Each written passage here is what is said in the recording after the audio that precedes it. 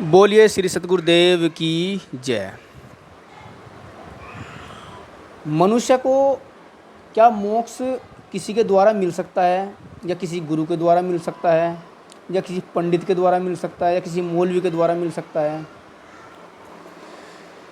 इस तथ्य को जानना बहुत ज़रूरी है कि व्यक्ति को मोक्ष खुद से लेना पड़ेगा, या कोई और अन्य बाह्य शक्ति है, अन्य कोई बाह्य संत है, कोई साधु है जो हमें मोक्ष दिला सकता है। आज की इस साखी में मोक्ष को लेकर बात करेंगे। सतगुरु साहिब ने ज्ञान ज्योतिष से फैक्सर में क्या कहा है। फफा फल लागे बड़ दूरी, चाखे सतगुर देही नतूरी। फफा कहे सुनहु रे भाई, स्वर्ग पाताल की खबरी न पाई। फल का जो तात्पर्य यहाँ साहिब ने बताया है, जो लाक्षणिक अर्थ लिया है, मोक्ष लिया है, कल्याण लिया है। यहाँ पर इस साखी के अंदर सतगुरु साहिब ने 4 बातें बताई है, जिनमें 3 खुलकर है और एक उनमें से अदृश्य होते हुए भी उसी चौथी पर सारा का सारा जोर है। पहली बात क्या है, ये धीरे से समझते हैं। फल लागे बड़ी दूरी, इसका क्या तात्पर्य है। व्यक्ति जिस चीज़ की इच्छा रखता है मोक्ष की, वो मोक्ष का फल बहुत दूर लगा हुआ है। इस कथन में मोक्ष की दुर्लभता पर प्रकाश डाला गया है। जीव की विषयों में अत्यंत आसक्ति होने से यह बात तो सच है कि उनमें हृदय में जितनी अधिक विषयासक्ति है, उनके लिए मोक्ष उतना ही दूर है। जितनी हमारे अंदर इस विषय वासना है, आसक्तियां हैं, ये मेरा है, ये इसको मैं प्राप्त कर लूँ, मन इधर उधर दौड़ता है। जितनी भी आसक्तियां हैं, जितनी व्यक्ति के हृदय में रहेगी, जितनी व्यक्ति के अंदर रहेगी, उतना ही मोक्ष उस व्यक्ति से दूर होता चले जाएगा। विषयासक्ति पूर्णतः समाप्त हो जाए, इसके लिए क्या करना पड़ेगा। अगर विषयासक्ति पूर्णतः समाप्त करनी है तो मोक्ष जीव का स्वरूप ही है। ये थोड़ी गंभीरता से समझना होगा कि मोक्ष जीव का स्वरूप ही है। विषयासक्ति के कारण ही मोक्ष की दुर्लभता बताई गई है। दूसरी बात साहिब ने क्या बताई है, चाखे सतगुर देही नतूरी। यदि शिष्य या कोई व्यक्ति यथार्थ ज्ञान की प्राप्ति या साधन में परिश्रम ना करे, तो ऐसा कोई भी सतगुरु नहीं है जो मोक्ष का फल तोड़कर उस व्यक्ति को दे दे या अपने शिष्य को दे दे कि वो तुरंत ले और उसको गप खा ले और मोक्ष प्राप्त हो जाए। बहुत सारे लोग इसी भ्रम में डूबे हुए हैं कि गुरु जिस भी शिष्य पर कृपा करता है उस पर अपना शक्तिपात कर देता है और उसे तुरंत मुक्त कर देता है। ये बहुत बड़ा भ्रम है। हमने गुरु बना लिया, शरण में चले गए, और वो कोई गुरु ऐसा जादू टोना कर दे, ऐसी कोई कृपा हम पर कर दे, कोई शक्ति ऐसी डाल दे कि इस जो पाप से है, आसक्ति से है, इससे हम मुक्त हो जाए। ऐसा कोई नहीं है। इस भ्रम में ना रहे, उसे सारी योग्यताओं में संपन्न कर देता है। तो ऐसा कभी कोई गुरु नहीं करता है कि उसको हर योग्यता में संपन्न कर दे या उसको मुक्त कर दे, कोई शक्ति उसके ऊपर डाल दे। कबीर साहिब जी कहते हैं कि ये सारी बातें भ्रमपूर्ण है। कि कोई व्यक्ति होगा जिसको हम गुरु मानेंगे, वो हम पर ऐसा प्रभाव डालेगा, ऐसी शक्ति डालेगा जिससे आसक्ति दूर हो जाए, मुक्त कर दे बंधनों से, या हर योग्यताओं में हमें संपूर्ण कर दे, संपन्न कर दे। सच क्या है? यह सच है कि ज्ञान, वैराग्य एवं दिव्य रहनी से संपन्न सद्गुरु के चरणों में जब व्यक्ति निश्चल हृदय से अपने आप को समर्पित करता है, तो उसे गुरु की सारी बातों में बड़ा बल मिलता है।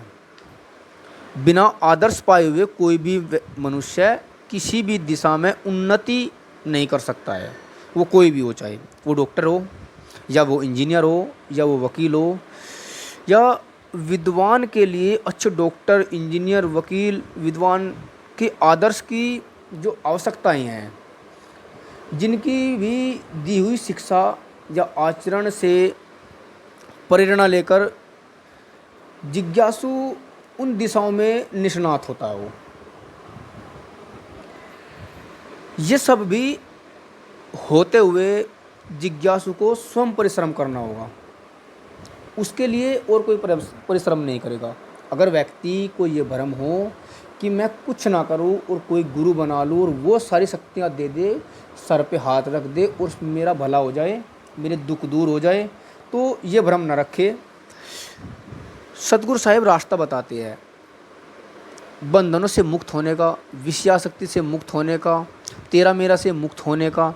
करना तो अपने आप ही पड़ेगा। इसी प्रकार यथार्थ ज्ञान और दिव्य रहणी में संपन्न सद्गुरु की शरण लेनी चाहिए और उनके जो अच्छे आदर्श मुमुक्ष है उनमें प्राण फूंकने वाला हो।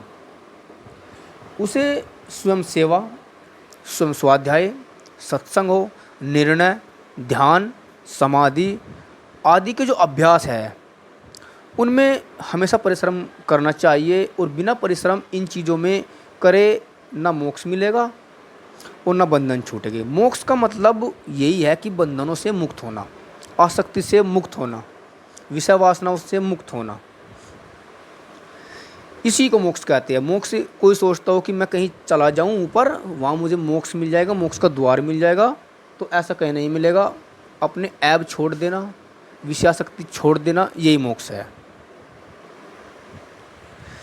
तीसरी बात साहब ने क्या बताई है, जो मूल पद में गुप्त होते हुए भी सबसे अधिक उद्घटित और जोरदार है।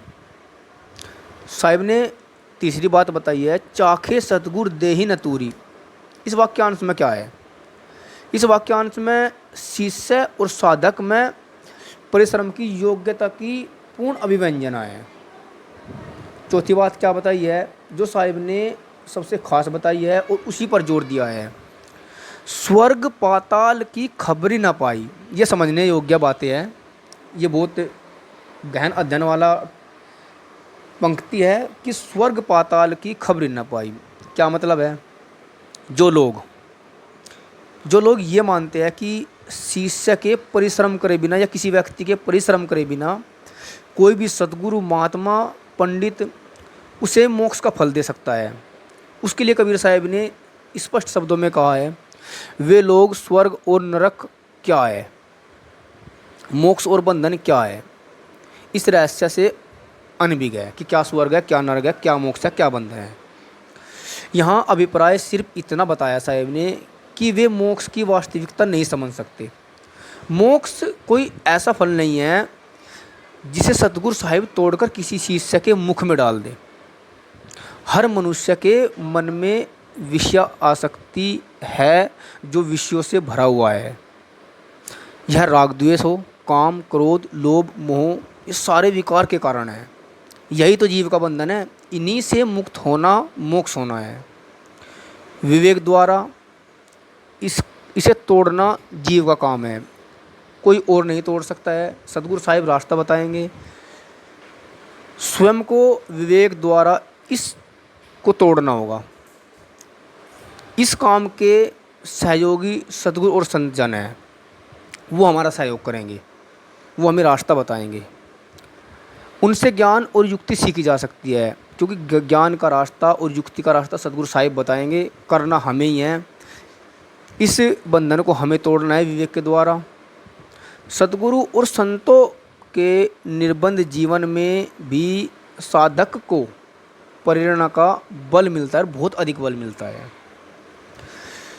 सब संतों का सहयोग मिलता है, सत्संग में जाने का प्रभाव पड़ता है, अच्छी ज्ञान की बातें सीखता है, तेरा मेरा पता लगता है, मैं का पता लगता है कि मैं कौन हूँ, बंध मोक्ष का पता लगता है, संसार का पता चलता है, मेरा संसार का क्या संबंध है इसका पता चलता है। लेकिन सहयोग लेकर काम करना तो पड़ेगा साधक को। अगर साधक स्वयं काम नहीं करेगा तो ना बंधन छूटेंगे और ना मोक्ष होगा। इस बात को अगर वह भूलता है तो वह उसकी सबसे बड़ी मूर्खता है, तो सबसे बड़ा अविवेकी है। जो धूर्त गुरु सहज से मुक्ति बांटते घूमते हैं और जो मूर्ख चेले ऐसे झांसे में पड़ते हैं, वे दोनों इन बातों का ध्यान दे और शुद्ध साधक सावधान रहे। देखो साहिब ने आखिरी में क्या बताया है, जो धर्म के ठेकेदार है, जो ऐसे साधु है, ऐसे संत है, ऐसे गुरुवा लोग हैं, ऐसे पंडित हैं जो मुक्ति बांटते फिरते हैं कि मैं तुमको मोक्ष करा दूंगा, और कुछ ऐसी शिष्य है वे भी मूर्ख है, उन्हीं के रंग में रंग लेते हैं। तो उनके लिए साहिब ने ध्यान देने योग्य बातें बताई है कि इनसे दूर रहे, इनसे तुम्हारा पतन होगा और पतन से अलावा तुम्हारा भला नहीं होगा। इसमें अपना जो मूल वस्तु है उसको भी गंवा दोगे। इसलिए शुद्ध साधक सावधान हमेशा रहे, सतर्क रहे, और मोक्ष के लिए जो मेरे अंदर के विकार है, काम क्रोध लोभ मोह अहंकार विषय वासना शक्ति, इनको त्याग करने से ही मोक्ष मिलता है। इसलिए साहिब ने कहा है कि मोक्ष तो तुम्हें खुद ही लेना पड़ेगा। ऐसी कोई शक्ति नहीं है जो तुम्हें मोक्ष दिला सके, ऐसा कोई गुरु नहीं है जो तुम्हें मोक्ष दिला सके। तो इस बात पर ज़्यादा से ज़्यादा जोर दे कि मोक्ष हमें खुद लेना पड़ेगा, लेकिन अच्छे सतगुरु की शरण में जाकर। तो अच्छे सतगुरु की शरण में जाकर अपने युक्ति का रास्ता और विवेक का रास्ता अपनाकर और मोक्ष के रास्ते पर चलकर अपने बंधनों से मुक्त होना ही स्वयं को मोक्ष लेना है। बोलिए श्री सतगुरुदेव की जय। वीडियो को ज़्यादा से ज़्यादा लाइक करें, शेयर करें और चैनल को ज़रूर सब्सक्राइब करें, ताकि ऐसी ही इंटरेस्टेड वीडियो आध्यात्मिक से जुड़ी हुई मैं आप तक पहुंचाता रहूं।